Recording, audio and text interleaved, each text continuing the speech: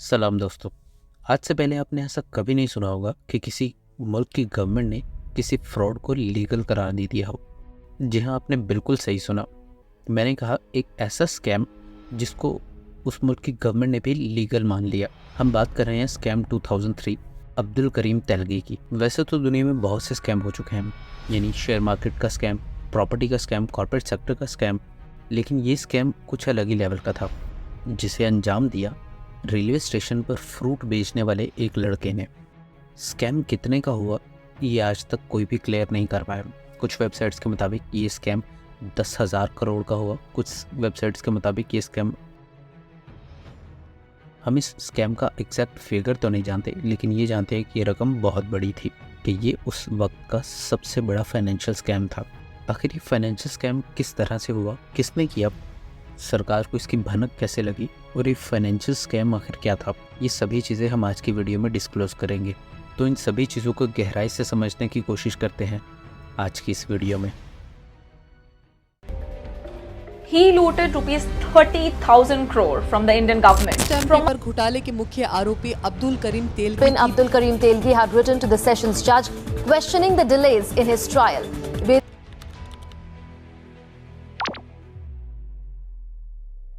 कहानी की शुरुआत करते हैं दोस्तों अब्दुल करीम तेलगी के जन्म से। तेलगी का जन्म 1961 में कर्नाटका के एक शहर में हुआ।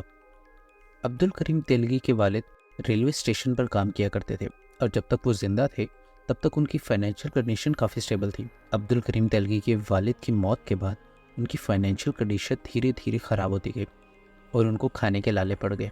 अब्दुल करीम उस वक्त काफ़ी छोटा था, तकरीबन 7 से 8 साल के।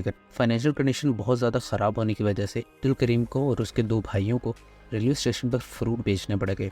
पढ़ाई का शौक़ होने की वजह से अब्दुल करीम ने अपनी पढ़ाई पर कॉम्प्रोमाइज़ नहीं किया और उसने वही फल और फ्रूट बेचने के साथ साथ अपनी पढ़ाई को भी कंटिन्यू रखा। तेलगी बात बखूबी जानता था कि एक एजुकेशन ही एक ऐसा ज़रिया है जो उसको उस गरीबी से निकाल कर फाइनेंशियली स्टेबल लाइफ की तरफ लेकर आ सकती है। तेलगी ने पढ़ाई की तरफ खूब तवज्जो दी और खूब मन लगाकर पढ़ते हुए अपना ग्रेजुएशन किसी तरह से कंप्लीट कर लिया। अब ग्रेजुएट होने के बाद तेलगी को जॉब्स की कमी नहीं थी और उसने जहाँ भी जॉब के लिए अप्लाई किया उसको वहीं से जॉब की ऑफ़र हुई। जॉब डिससेटिस्फेक्शन की वजह से तेलगी कहीं भी टिक नहीं पाया और जहाँ पे भी जॉब करी उसको वहाँ से निकाल दिया गया। वैसे देखा जाए तो अब्दुल करीम एक पढ़ा लिखा और टैलेंटेड इंसान था, क्योंकि उसने जहाँ भी जॉब के लिए अप्लाई किया उसको वहाँ से जॉब लेटर भी मिला और जॉब भी, लेकिन अपनी जॉब डिससेटिस्फेक्शन और पैसे की लालच ने उसको कभी टिक कर जॉब करने नहीं दी। उस वक्त तेलगी को किसी ने बताया कि अगर वो मुंबई जाकर अपनी किस्मत आजमाए तो उसके लिए बेहतर अपॉर्चुनिटीज़ हो सकती हैं। तो तेलगी जॉब की तलाश में मुंबई चला गया और मुंबई आने के बाद तेलगी ने कभी पीछे मुड़कर नहीं देखा। तेलगी ने यहाँ पर बहुत से जॉब्स किए और बहुत सारा पैसा भी कमाया, लेकिन फिर भी वो उससे सेटिस्फाई नहीं हो रहा था, क्योंकि उसकी ख्वाहिशात उसके कमाने वाले पैसों के आगे बहुत बड़ी थी। वक्त गुजरने के साथ साथ तेलगी ने सऊदी अरेबिया के बारे में सुना और तेलगी ने फैसला किया कि वो सऊदी अरेबिया जाकर जॉब करेगा। और उसके कुछ समय बाद तेलगी सऊदी अरेबिया चला गया और सऊदी अरेबिया जाने के बाद तेलगी ने वो लाइफस्टाइल देखा जिसको वो हमेशा से इमेजिन करता था। तेलगी ने वहाँ पर जाने के बाद पैसा भी कमाया और अपनी फाइनेंशियल लाइफ को स्टेबल भी कर लिया। लेकिन तेलगी का सपना अपनी लाइफ को सिर्फ फाइनेंशियली स्टेबल नहीं करना था, बल्कि अपनी सारी ख्वाहिशों को पूरा भी करना था, जिसकी वजह से उसने और अपॉर्चुनिटीज़ की तरफ ध्यान देना शुरू कर दिया। तभी उसने नोट किया कि भारत से हज़ारों ऐसे लोग काम और पैसे की लालच में सऊदी अरेबिया आना चाहते थे, लेकिन उनके पास प्रॉपर डॉक्यूमेंट्स नहीं होते थे, जिसकी वजह से वो कभी भी सऊदी अरेबिया नहीं जा पाते थे और यूँ उनकी ख्वाहिश अधूरी रह जाती थी।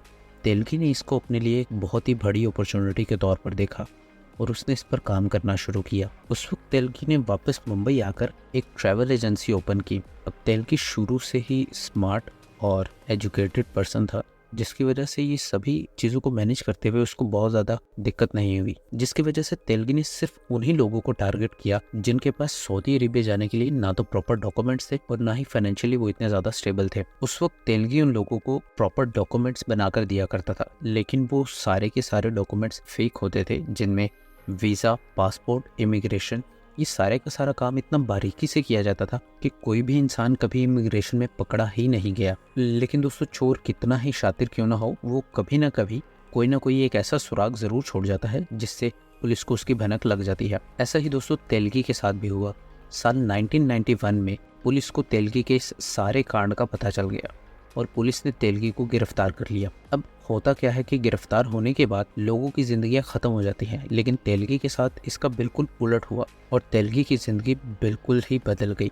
अब हुआ ये कि अब्दुल करीम की मुलाकात जेल में राम रतन सोनी से हुई, जो पहले ही अपनी क्रिमिनल हिस्ट्री और दूसरे केसेस की वजह से जेल में था। अब राम रतन सोनी ने तेलगी से कहा कि वो इन सभी छोटे छोटे स्कैम्स और छोटे छोटे फ्रॉड्स से बाहर निकले और कुछ बड़ा सोचे। रतन सोनी कोलकाता में स्टैम्प पेपर बेचने का काम किया करता था और इसमें उसने काफ़ी ज़्यादा फ्रॉड्स भी किए थे और यही चीज़ उसने तेलगी से भी डिस्कस करी और उसे अपने सारे स्कैम के बारे में खुलकर बताया। तेलगी को राम रतन सोनी का आइडिया बहुत अच्छा लगा। दोनों ने हाथ मिलाया और उस पर काम करने के लिए राजी हो गए। फिर आया साल 1992, जब ये दोनों जेल से रिहा हुए। जेल से रिहा होने के बाद अब्दुल करीम तेलगी ने राम रतन सोनी से राब्ता किया और दोनों ने मिलकर कांड करना शुरू कर दिया।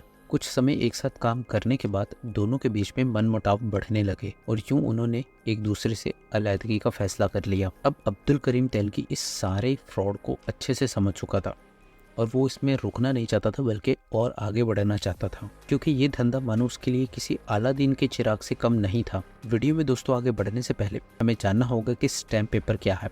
स्टैम्प पेपर दोस्तों एक ऐसा पेपर होता है जो किसी भी मुल्क के जुडिशरी सिस्टम में बहुत ही ज़्यादा इंपॉर्टेंट होता है। दोस्तों जब भी 2 या 2 से ज़्यादा लोगों का कोई एग्रीमेंट हो रहा हो तो उसकी डॉक्यूमेंटेशन स्टैम्प पेपर पर की जाती है। वो किसी भी तरह का डॉक्यूमेंट हो सकता है, फिर चाहे वो कोई बिजनेस डील हो, प्रॉपर्टी का लेन देन हो, लीगल डॉक्यूमेंट हो या फिर मैरिज एग्रीमेंट हो। ये सभी चीज़ें दोस्तों स्टैम्प पेपर पर की जाती हैं, इसीलिए दोस्तों स्टैम्प पेपर इतना ज़्यादा इंपॉर्टेंट है। वीडियो में दोस्तों आगे बढ़ते हैं। अब तेलगी राम रतन सोनी के साथ काम करने के बाद स्टैम्प पेपर के साथ किए जाने वाले स्कैम को अच्छी तरह से समझ चुका था। वो ये बात बखूबी जानता था कि इस पूरे सिस्टम में कहाँ कहाँ लूप होल्स हैं जिनकी वजह से वो अपने स्कैम को अंजाम दे सकता है। अब तेलगी गवर्नमेंट ऑफिशियल्स के साथ मिलकर किसी न किसी तरह से स्टैम्प पेपर इशू करने का लाइसेंस हासिल कर लेता है, जिसकी वजह से Telgi legally stamp papers issue कर सकता है। ये सब दोस्तों इसलिए किया गया ताकि तेलगी बिना डरे अपने काम को अंजाम दे सके। समय गुजरने के साथ साथ ऑफिशियल्स के थ्रू तेलगी ये इन्फॉर्मेशन भी निकाल लेता है कि इंडियन सिक्योरिटी प्रेस की मशीन्स जो पुरानी हो जाती हैं और काम नहीं करती, उनको ऑक्शन कर दिया जाता है और लोग उन्हें ख़रीद कर उससे कुछ पैसा बना लिया करते हैं। अब यहाँ पर भी दोस्तों तेलगी के खुराफाती दिमाग ने एक और आइडिया को जन्म दिया। तेलगी ने इंतज़ार किया और उस मौके की तलाश में रहा कि कब ऑक्शन में इंडियन सिक्योरिटी प्रेस की ख़राब और बेकार मशीनें ऑक्शन की जाएं और वो उन ख़राब मशीनों को ऑक्शन में जाकर ख़रीद सके। और आखिर वो टाइम भी आ गया जब तेलगी को एक ऐसा मौका मिला जब वो गया और जाकर ऑक्शन में ख़राब मशीन को ख़रीद लिया। अब दोस्तों मशीन ठीक करवाने के बाद तेलगी ने इंक भी हासिल कर ली जिस पर स्टैम्प पेपर बनाए जाते हैं और जिस इंक से स्टैम्प पेपर प्रिंट किया जाता है। अब यहाँ पर दोस्तों तेलगी का असली खेल शुरू हुआ। उसने असली स्टैम्प पेपर्स के साथ अपने प्रिंट किए गए नकली स्टैम्प पेपर्स को भी मिलाकर बेचना शुरू कर दिया। बात सिर्फ यही नहीं रुकी, तेलगी का बिजनेस इतनी जल्दी ग्रो किया कि उसने 350 एम्प्लॉयज़ की एक ऐसी टीम डेवलप कर रखी थी जो ऐसे इंस्टीट्यूट्स को टारगेट करते थे जिनको डेली बेसिस पर ई स्टैम्प पेपर्स की ज़रूरत पड़ा करती थी। अब तेलगी के एम्प्लॉयज़ उन सभी इंस्टीट्यूट्स में जाते और वहाँ पर अपना स्टैम्प पेपर्स मार्केट रेट से और गवर्नमेंट के जारी किए हुए रेट से कम रेट पर बेचकर पैसा कमाते थे। इस स्कैम की दोस्तों पुलिस को और स्टेट को कानो कान खबर तक न हुई और अब्दुल करीम तेलगी उनके नाक के नीचे ये सारा कांड करता रहा और इस कांड को करते हुए उसे 5 साल गुजर गए, जिसकी बदौलत उसने हज़ारों करोड़ रुपए कमा लिए। अब दोस्तों जैसे जैसे टाइम गुजरता रहा अब्दुल करीम तेलगी अपने बिजनेस को भी बढ़ाता रहा और वो सिर्फ मुंबई तक नहीं रहा, उसने पूरे इंडिया में 25 स्टेट्स और 70 शहरों में अपने बिजनेस को फैला दिया। धंधा इतना ज़्यादा फैलने के बाद भी अब्दुल करीम तेलगी पकड़ा नहीं गया, क्योंकि अब्दुल करीम तेलगी बहुत अच्छे से जानता था कि कब और किसे कितना पैसा देना है और कितने पैसे में ख़रीदना है। इसीलिए अब्दुल करीम तेलगी ने पुलिस के साथ साथ गवर्नमेंट ऑफिशियल्स और कुछ पॉलिटिशियंस को भी अपनी जेब में रख रखा था, जिन्हें ज़रूरत पड़ने पर वो सामने ला सकता था। यूँ अब्दुल करीम तेलगी ने अपने बिजनेस को रुकने नहीं दिया और उसे कंटिन्यू रखा। हालांकि अब्दुल करीम तेलगी पर 20 से भी ज़्यादा FIRs थी और बहुत से पेंडिंग केसेस भी मौजूद थे, लेकिन किसी में भी हिम्मत नहीं थी कि वो अब्दुल करीम तेलगी को जाकर पकड़ सके, क्योंकि उसने पुलिस ऑफिसर से लेकर गवर्नमेंट ऑफिशियल्स और कुछ पॉलिटिशियंस को भी खरीद रखा था। अब तक दोस्तों अब्दुल करीम तेलगी ने इतना ज़्यादा पैसा कमा लिया था कि आप उसे इमेजिन भी नहीं कर सकते, क्योंकि इस पैसे का फिगर किसी भी वेबसाइट पर एक्चुअल फिगर नहीं दिखाया गया। बताया जाता है कि तेलगी ने एक बार एक बार गर्ल के साथ रात बिताने के लिए 93 लाख रुपए खर्च कर दिए। एक्चुअल में अब्दुल करीम तेलगी खुद नहीं जानता था कि वो इस सारे स्कैम से कितने पैसे कमा चुका है। और फिर दोस्तों आया नवंबर 2001, जब बेंगलोर पुलिस ने एक ऐसे ट्रक को पकड़ा जिसमें स्टैम्प पेपर लेकर जाए जा रहे थे और ऑफिशियल्स का मानना था कि सारे स्टैम्प पेपर चुराए हुए हैं। लेकिन इन्वेस्टिगेशन करने के बाद उन्हें पता चला कि सारे के सारे स्टैम्प पेपर्स चुराए नहीं गए, बल्कि सारे के सारे स्टैम्प पेपर फेक हैं।